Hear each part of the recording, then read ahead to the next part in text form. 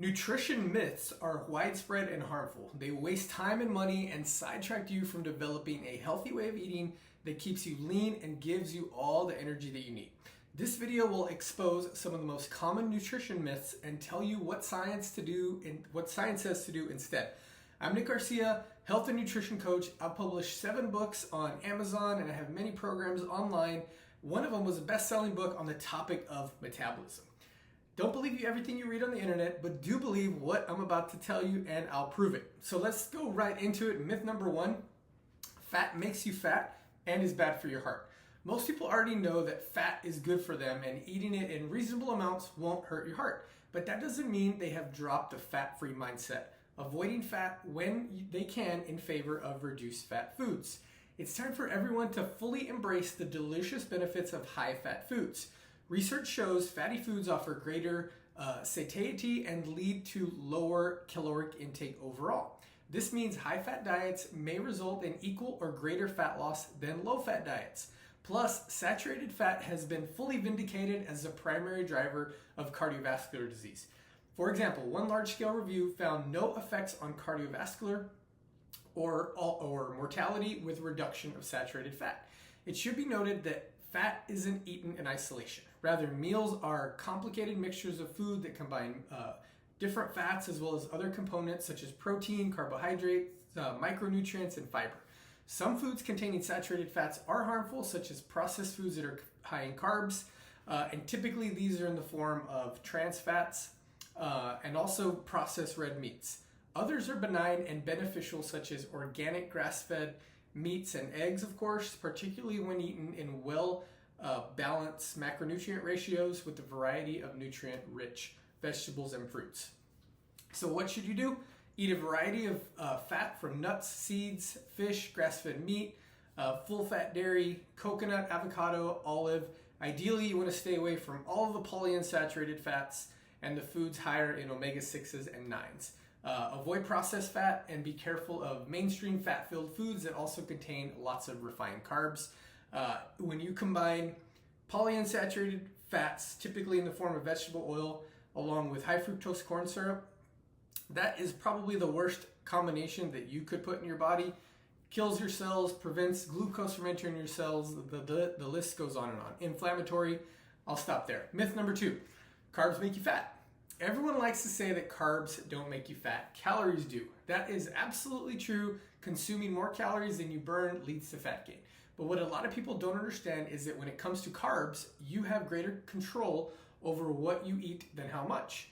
Choose wisely and you can manage calorie intake for optimal body composition. That means you can eat carbs and still lose weight. In fact, you should eat carbs to lose weight. If you choose wrongly though, opting for carbs that are high in sugar, processed, high fructose corn syrup, and you'll stimulate your appetite and eat more calories than you intended. This can cause fat gain when done over and over again. In addition, choosing a high carb diet if you're sedentary can cause dangerous metabolic changes relating to hormone imbalances and insulin health, that insulin-related illnesses like insulin resistance, prediabetes, and eventually diabetes. Also, the brain becomes less and less responsive to hormones that signal fullness and appetite, often again leading to fat gain, making it more difficult for you to lose weight. Hence why you see the term stubborn body fat. If you explain why it's more stubborn, it's because of that reason. Myth number 3, you can only absorb 30 grams of protein at a time. This misconception comes from the fact that between 20 and 30 grams of protein is the amount that you will maximally trigger protein synthesis. If you eat more than this amount, the rest of the protein is used for other purposes, such as building enzymes, hormones, neurotransmitters, immune factors, and so much more. After those priorities are taken care of, the body can use protein for energy. It turns it into glucose via the liver, which you can burn. This process leads to the conversion of nitrogen from the amino acids into ammonia, which you excrete in urine.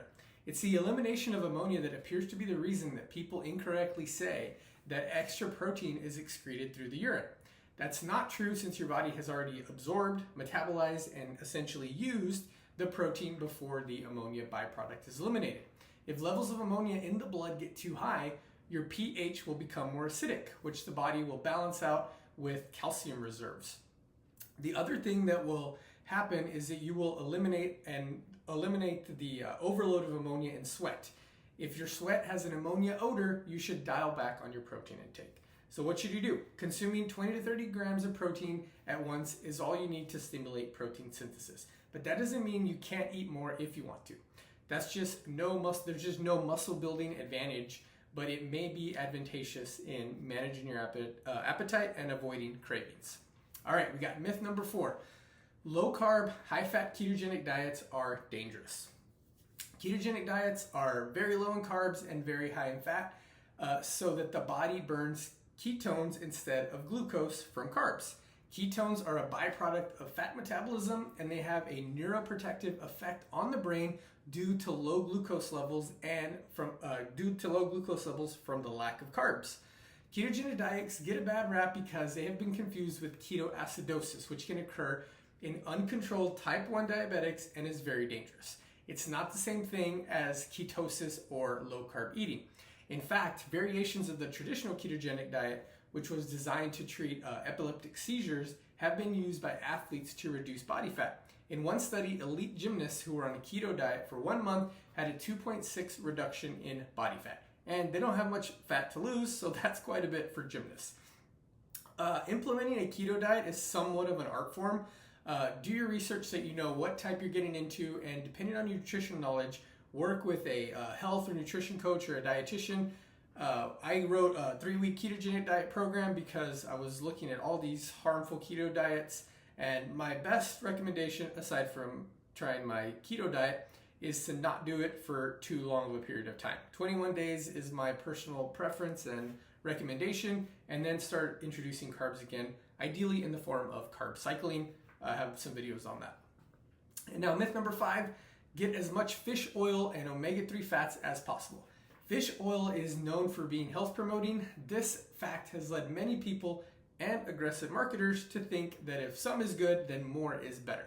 At first glance, this approach actually has some merit, but when you look closer at the research, it completely falls apart. It is thought that a high intake of fish oil, which is made up of omega-3 fats, EPA and DHA, is necessary to counter the high intake of omega-6 fats from vegetable and seed oils that is very common in the Western diet. Remember I mentioned this earlier, avoid those at all costs. The average person on a Western diet that gets 25-to-1 ratio of omega-6 to omega-3 fats. The goal was to reduce omega-6 to omega-3 ratio closer to 2-to-1 by getting boatloads of omega-3 fats. The flaw in this plan is that omega-3 and omega-6 fats are polyunsaturated fats that are easily damaged by oxidation. The high intake increases the risk that you are accidentally consuming dangerous oxidized fat, which can damage tissue and DNA and increase disease risk through oxidative stress. So what should you do instead? Try to radically lower omega-6 fat intake by limiting or avoiding vegetable oils to well below 10 grams per day.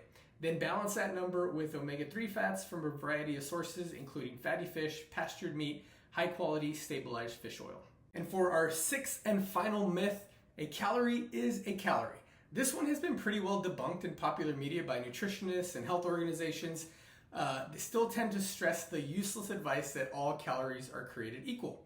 It comes from the fact that a calorie is the amount of energy needed to raise 1 gram of water 1 centimeter. Nutritionists take it a step further, citing the first law of thermodynamics that says you have to take in less energy than you expend to lose fat. Both of these are scientific facts, but they don't make a calorie for any practical purposes. For starters, the amount of calories the body burns processing food varies widely among the different macronutrients. This difference is called the thermic effect of food, and the body burns 25% of the calories supplied in pure protein meal, whereas numbers are much lower for carbs and fats. In addition, the body preferentially uses the amino acids in protein to rebuild tissues in the body, whereas carbs either get stored as muscle glycogen, a fuel source for muscle, or, unfortunately, as many of us know, as fat. That all calories are created equal is evident in real life too. That all calories are not created equal, sorry. A recent study had subjects eat either a low-fat, high-carb diet or a low-carb, high-protein diet. The diets were matched for calories. What was amazing was that the subjects on the low-carb diet burned an additional 300 calories. The traditional low-fat diet seemed to make the metabolism more sluggish than the low-carb, high-protein one. Researchers believe that the low-carb diet allowed for a higher metabolism due to three main reasons. Number one, the thermic effect of needing to process more protein. It costs the body more calories to process protein than carbs, like I mentioned earlier. And then the higher availability of metabolic fuels. The body was essentially able to mobilize and burn fat. And finally, greater leptin sensitivity for less hunger. Longer-term studies that show similar outcomes. One particular, a 2014 randomized controlled trial found that low-carb diet led to increased fat loss and an improved health profile at 3, 6, 9, 12 months compared to a low-fat diet. So bottom line, get the metabolic advantage of protein by eating it at every meal. Eat protein with green vegetables, healthy fats, healthy fruits, and you know what to eat with the protein. Just try to balance your meal with protein, fats, and carbs. So again, those are the 6 myths that could be causing damage to your body and your mind. So don't believe everything you read on the internet, like I said earlier, but do believe everything you hear on this video and in my YouTube channel. Thanks for watching this video. If you are ready to reboot your metabolism, click the link in the description or the first comment and download over 150 pages of information that will fix a broken metabolism and turn your fat-storing body into a fat-burning one.